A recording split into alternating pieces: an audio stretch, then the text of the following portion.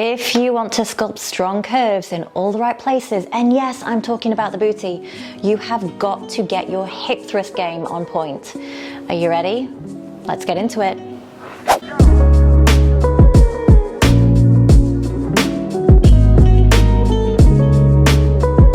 Arguably the king of all glute exercises, actually scrap that, the queen of all glute exercises.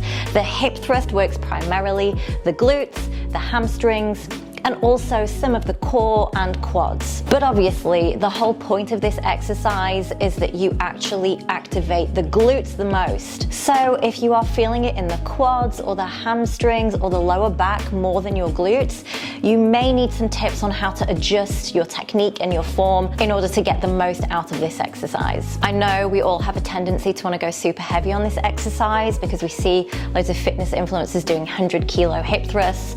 But trust me, please stick to the body weight at first, just to make sure that your form and technique is perfect before moving on to any heavier resistance. So let's get straight into the setup. First things first, bench height. You can of course just use a bench at the gym.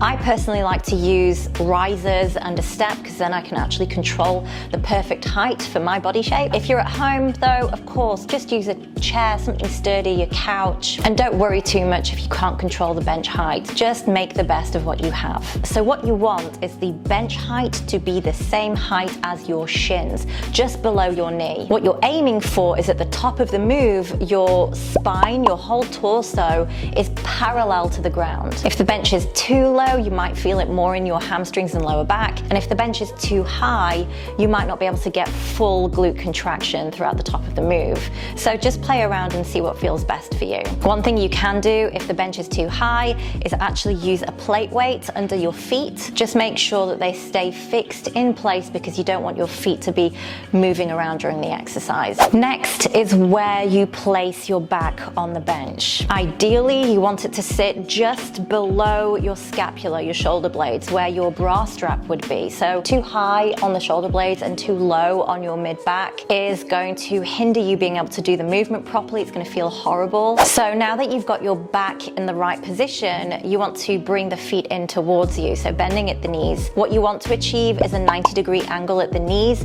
so that your shins stay vertical at the top of the movement. If you bring the feet too far in, you'll probably feel this in your lower back and hamstrings, probably your quads as well.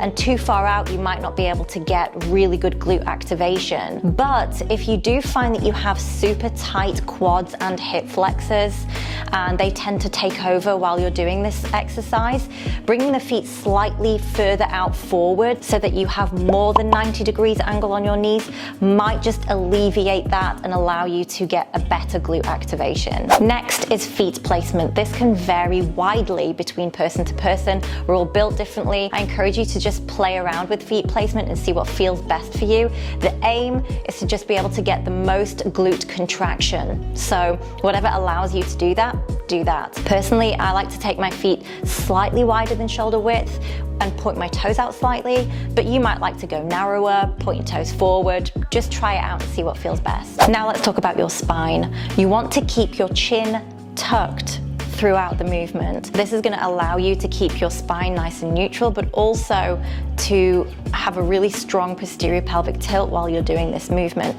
If you don't know what a posterior pelvic tilt is, please go watch my video, Why Your Glutes Won't Grow and 3 Ways to Fix It. It'll go through the PPT technique. It's a game changer. Literally, it will transform your workouts. Basically, short story, a posterior pelvic tilt allows you to draw your tailbone down so that you can fully engage your core whilst keeping your spine neutral. Super important in this move, but just remember the cue, chin tucked, head forward. Okay, so now we're ready to actually perform the move. Little side note here, if you have very squishy soles in your shoes or if you tend to slip on the gym floor, I like to take my shoes off and really feel the ground beneath me. It makes a huge difference, especially if I'm consciously trying to dig through my heels, which helps to activate the glutes. So, digging through your heels, you're literally just gonna lift your hips up towards the ceiling so that basically at the top of the move, your torso looks like a tabletop.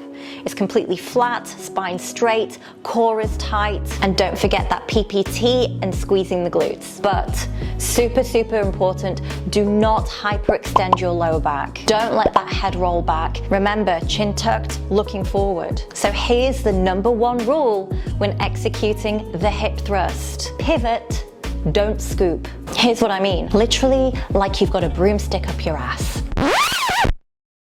I know it's a bit of a weird visual, but it will help you to keep your spine straight throughout, so your torso stays rigid and locked throughout the movement. What that means is that you are only hinging from the hips. So where your back meets the edge of the bench, that's where you pivot off, keeping your torso rigid and straight. Do not scoop your pelvis. Ouch. RIP your lower back. When you scoop, you're basically arching and flexing your spine throughout the movement. Your core will splay out, your ribs will poke up, and you won't be able to get any glute squeeze doing that. All you're gonna do is crunch into your lower back. It's gonna feel really horrible, and you can injure yourself doing it this way. And this is why I cringe when I see girls doing 100-kilo hip thrusts and just scooping their pelvis. Ooh, mama, no. Please, let's not do that.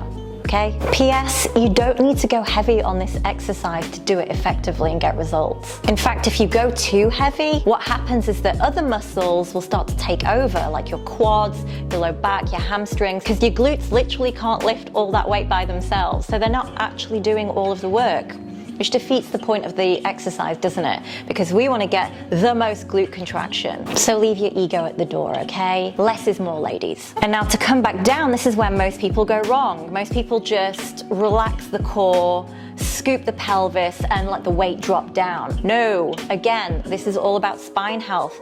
Remember, we're pivoting, we're not scooping. So imagine like someone is just judo chopping you in the hips. So you're just breaking at the hips. That's why it's called a hip extension exercise, right? Because you are only hinging at the hips. You want to come down just about an inch off the floor just to keep constant tension on the glutes before digging through the heels and coming back up again for your next rep. Okay, so now we've perfected our form with no weight. Now it's time to use the barbell. If you are going to add more weight onto this exercise, it can feel a little awkward because the weight is placed across your pubic bone. So I highly recommend that you either use a squat sponge or a hip thrust pad, or even a rolled up towel or yoga mat, just to protect you from getting bruised on your hip flexors. So with legs outstretched, you're gonna roll the barbell up towards the crease of your hips. You're gonna support your hands either side of your hips on the bar to keep it steady. Make sure everything's centered as well. So normally you have the lines on the bar, you just wanna make sure that it's dead centered on your hips.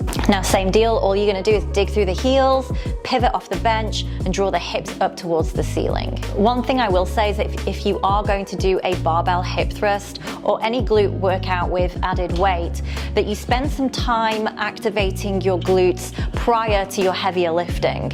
That's why I'm a huge believer in using booty band activation drills. I've got plenty of workouts on my channel, like this home booty workout using my Strong Curves bands. Again, if you want to grab your set, go to the link in the description box. These exercises are really great to activate your glutes in many different angles, many different positions, so that your glutes are actually firing, switched on, and ready to do the maximum amount of work during your heavier lifts. Now, before you click off, let's just go through some troubleshooting, because if you're doing your form and your technique perfectly and your setup and your bench and everything's great, but you're still only feeling it in your lower back, then there are some things that you might be doing wrong that you can tweak to get the best results. More than likely, your quads and your hip flexors are super, super tight. Those tight muscles are always going to take over in any exercise that you do, whether it's a hip thrust or a deadlift, lunges, squats, whatever. And your glutes will simply take a back seat, especially if they're already super weak. So you want to spend some time just triggering foam rolling and trying to release those tight muscles to help them relax. Now, there are some variations that you can do as well that might feel better to you rather than a conventional hip thrust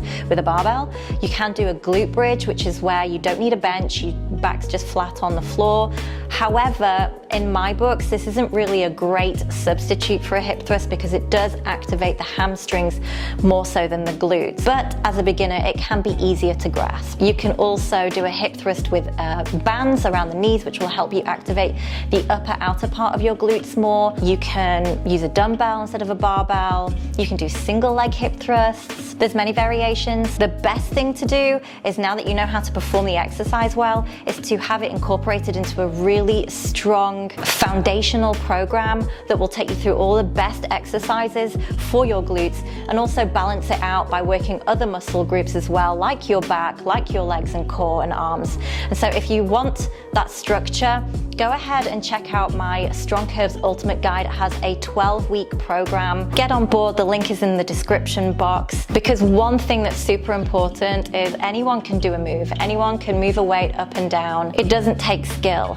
But in order to get the best results and to really master your body, you have to know how to train correctly. Form and technique is everything, because mind-muscle connection is what determines your results. And that's something that you have to be taught. You can't just copy your favorite fitness influencer if your form, technique, and mind-muscle connection just isn't there. Which is why I'm super excited to announce that my Strong Curves app is going to be launching in the new year, full of amazing workouts and a really strong educational component where I'm going to teach you how to perform all your exercises correctly. It's like having me as a coach in your back pocket. So if you're interested and you want to get on the waiting list for my app, go to the description box, click on that link and sign up for the newsletter. So, are there any other exercises that you struggle with that you want form and technique tips? Let me know in the comments below. Don't forget to like and subscribe, and I will catch you in another video. Bye.